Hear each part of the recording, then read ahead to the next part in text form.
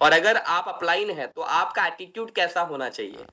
मैं हमेशा कहता हूँ, जो पेड़ का जो एटीट्यूड होता है ना, जो बड़ा वृक्ष होता है, वो कहता है मैं पेड़ हूँ, हर रोज गिरते हैं पत्ते मेरे, फिर भी हवाओं से बदलते नहीं रिश्ते मेरे।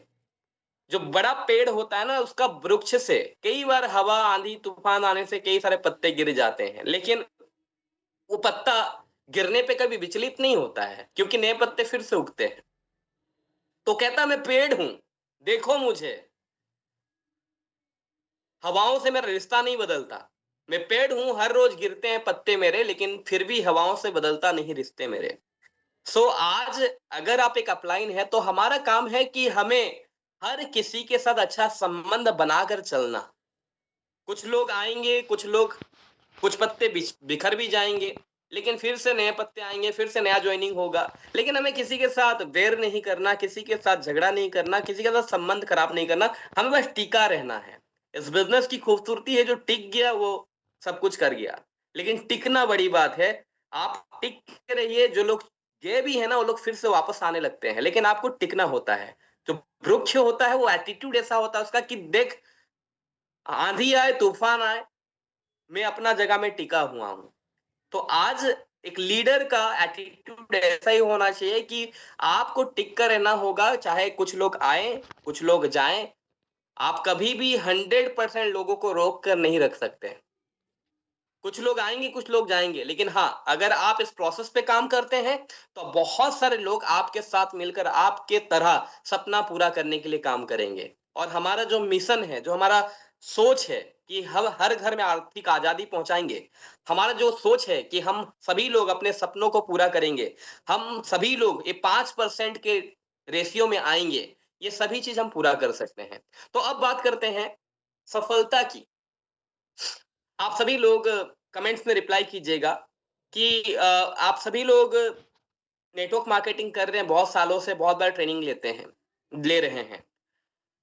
आपको क्या लगता है, नेटवर्क मार्केटिंग में अगर सक्सेस होना है तो कितने साल लगते हैं, कितने साल लगेंगे? आप सभी लोगों को आपका कमेंट्स चाहूंगा कि इस बिजनेस जो आप कर रहे हैं, अगर यहाँ पे सक्सेस होना है, आपका मानना क्या है कि कितने साल लगेंगे सक्सेस होने में?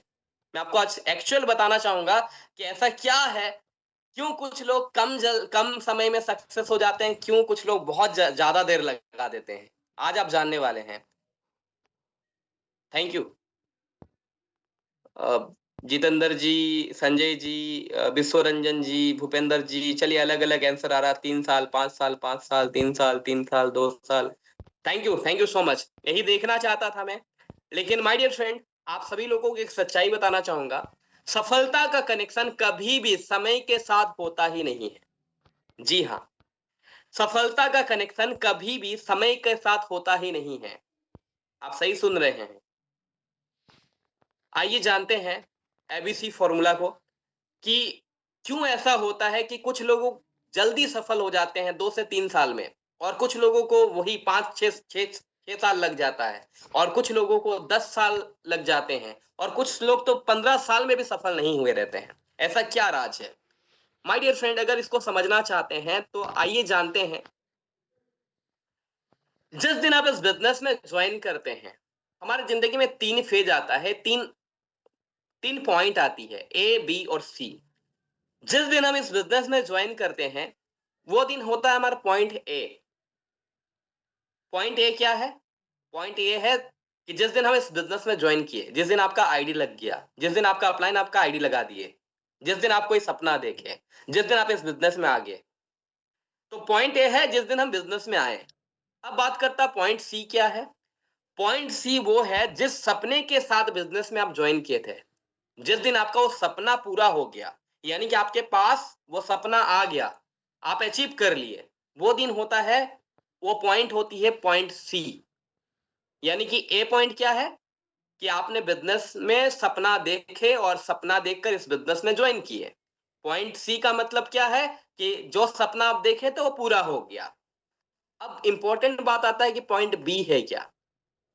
अब बी ये है कि हिंट्स दे सकता हूं, कहीं ना कहीं ए और सी के बीच में पॉइंट बी है ना।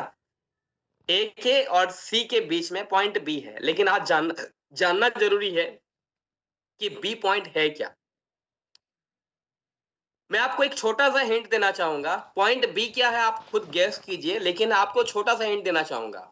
अगर कोई इंसान एक बार पॉइंट ए से पॉइंट बी पहुंच जाए तो पॉइंट बी से पॉइंट सी पहुंचने में सिर्फ 2 से 3 साल लगता है। कितना? सिर्फ 2 से 3 साल। यानी कि अगर आप ज्वाइन किए, ज्वाइन करने के बाद अगर आप बी पॉइंट में पहुंच गए, बी पॉइंट से सपना पूरा करने का जो सी पॉइंट है, आपको सिर्फ 2 से 3 साल लगेगा।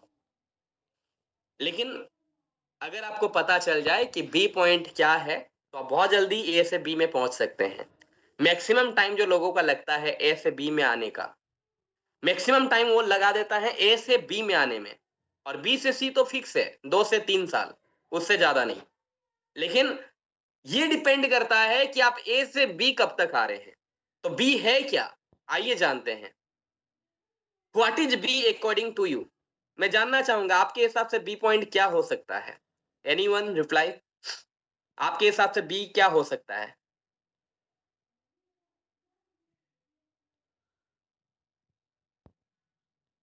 चलिए, डिसीजन मेकिंग पॉइंट काफी दूर तक सही।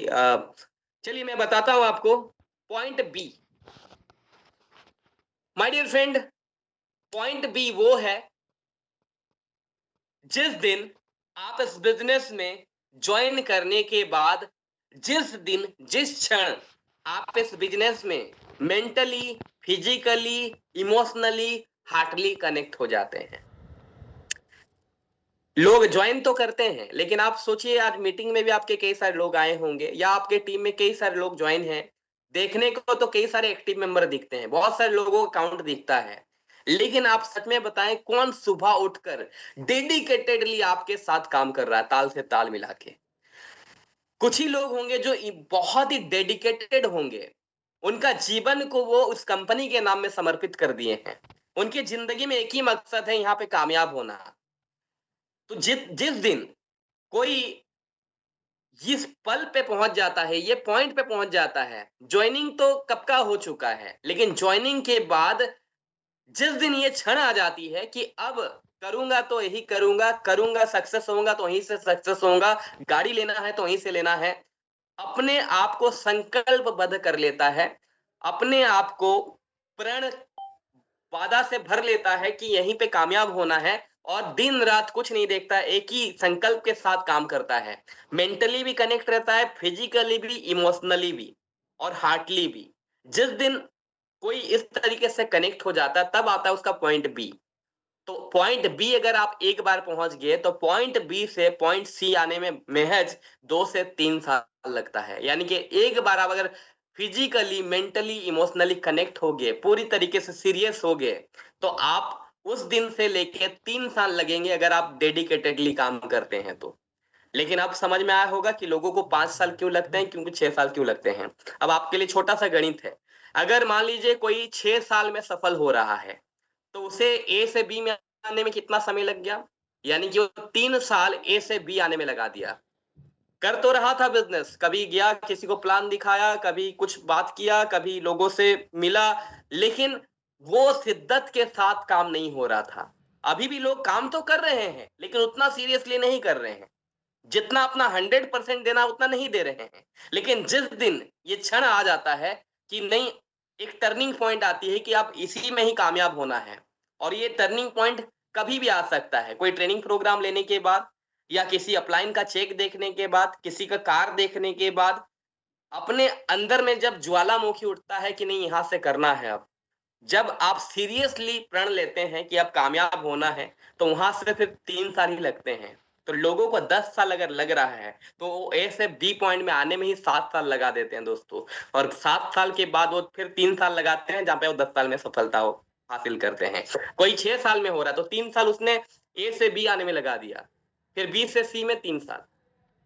तो आप जितना जल्दी पॉइंट बी में पहुंच जाएंगे, जितना जल्दी सीरियस हो जाएंगे, जितना जल्दी आप शिद्दत के साथ काम करने लगेंगे, जितना जल्दी 110 एफर्ट लगा के काम करने लगेंगे, उतना जल्दी आप कामयाब होंगे, उतना जल्दी आप पॉइंट बी में पहुंच जाएंगे। और पॉइंट बी में पहुंचने का मतलब और 3 साल, आप 3 साल डेडिकेटेडली कीजिए बिना रुके, आपको सफल होने से कोई नहीं रोक सकता।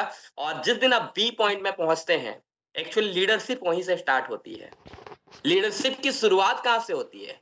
पॉइंट बी से है। जिस दिन आप सीरियस होते हैं, जिस दिन आप जिम्मेदारी लेते हैं, जिस दिन आप टीम को समझते हैं, जिस दिन आप पैसों को समझते हैं, जिस दिन आप फ्यूचर को देखते हैं, जिस दिन आप खुले आंखों से कल्पना करते हैं, जिस दिन आप प्लानिंग करते हैं, तो ये सभी चीज जब आप करने लगते हैं तो यहां से शुरुआत होती है, जन्म लेती है लीडरशिप।